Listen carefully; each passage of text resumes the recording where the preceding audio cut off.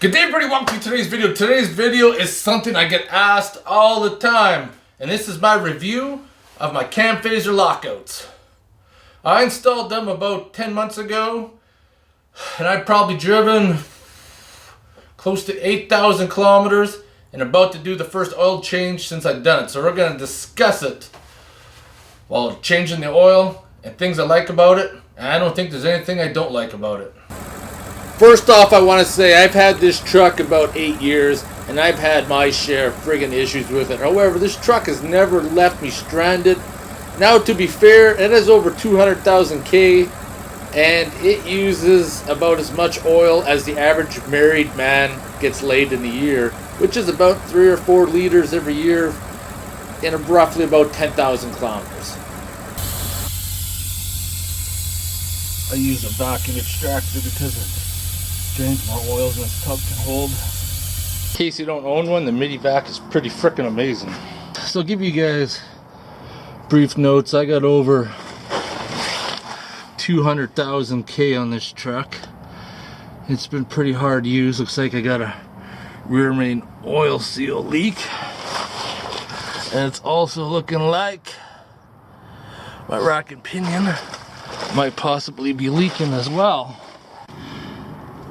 Now, I certainly don't think putting an oil filter up there was the smartest thing. However, that's where one of these oil filter wrenches come in handy. You can argue about oil filters.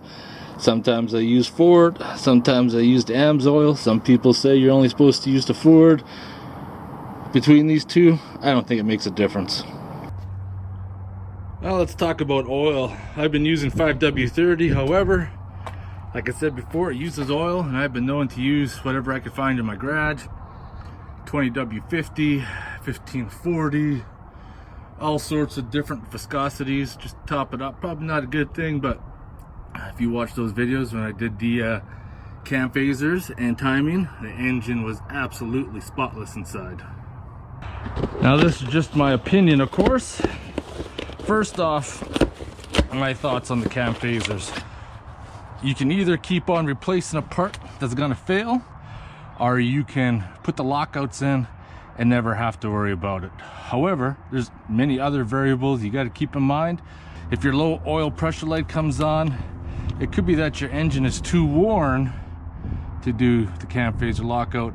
I didn't bother checking the oil pressure because I didn't have the low oil light, so at that point in time I wasn't really too concerned. Now, things I experienced after the cam phaser lockout is bottom end torque is way better. The fuel economy could be a little bit better or about the same. I've never did calculate it out, but I don't notice any huge difference. The only thing I did notice is that you do lose some power at around 10,000 feet if you're climbing in the mountains, which is not a big deal because 10,000 feet, fucking anything is sucking air. Other than that, the program that I got is fully adjustable, so you could adjust your timing and all that. I just use the stock tune because it's working for me. I don't have any pinging or knocking or any of that stuff, and there's a lot of armchair mechanics out there that, let alone trying to give advice, don't know nothing about it, saying, oh, you gotta ruin your engine, you gotta wreck your horsepower and miles per gallon. It's like, shut the fuck up, you fucking ass clown. You don't know fuck all. Unless you've done it and experienced it, keep your mouth shut and put the dildo in your fucking ass. I tell anybody, if you gotta do the timing job in this, spend the extra money and put the cam phaser lockouts in, providing that your cam phasers are in still pretty good shape. I went over that in the videos. Discuss how to look at your cam phasers. Mine were actually the old style one where it only had 1 pin, where some of the newer ones have 2, and then Ford came out with a even newer model. I don't know much about that or if there's going to be any issues with them, but if you love your truck, and it's a nightmare to pull it apart, so why go through all that hassle? So if you're going to do the cam phaser lockouts, definitely do the timing at the same time, because if your tensioners are blowing, you're gonna lose oil pressure there, and it's a passenger bank that's always gonna starve for oil first. Other things people ask about the cam phaser lockouts is, do I suffer any engine codes, and the only engine codes that I have to deal with are the P0, I think it's like 420 or something, is the catalytic converter, because those are gutted. I removed those, and I made some O2 sensor followers a long time ago, welded them in, but they may be plugged up, so the secondary O2s are kind of giving me a fault, but that's not a big deal. No engine codes whatsoever. Yeah, it's been running great. I can't say enough that this is well worth the money to do. Start her up. Oil pressure comes right up. All right, truck's back on the ground. Let's keep this going. My neighbor came over and chatted for a bit. And one thing I'm gonna say is that, in my opinion, like I said, I've had this truck about 8 years, and after I've done the cam phaser lockouts, this truck has never ran better in its life. It runs so smooth now, where before it'd have its little nicks and knacks. Cam phaser lockout, boom, works like a freaking charm. So if you guys are thinking about doing this job, it's totally up to you. If your engine's in pretty good shape, if you want to replace the phasers and possibly have them fail again, you know, a few months, a few years, whatever, depends how long you're going to keep the truck, or you want to put in the lockouts and do the timing, oil pump as well, and you're done. You don't have to worry about it.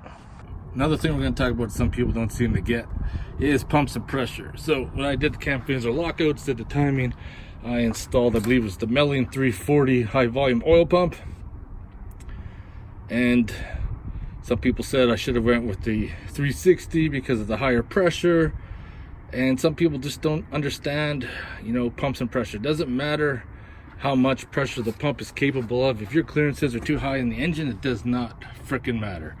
You know, the comments some people post is that you know, you install that high pressure oil pump, you get 80 psi all day long. No, that's not how it fucking works. There's too many variables. Like I said, one is clearances in the engine.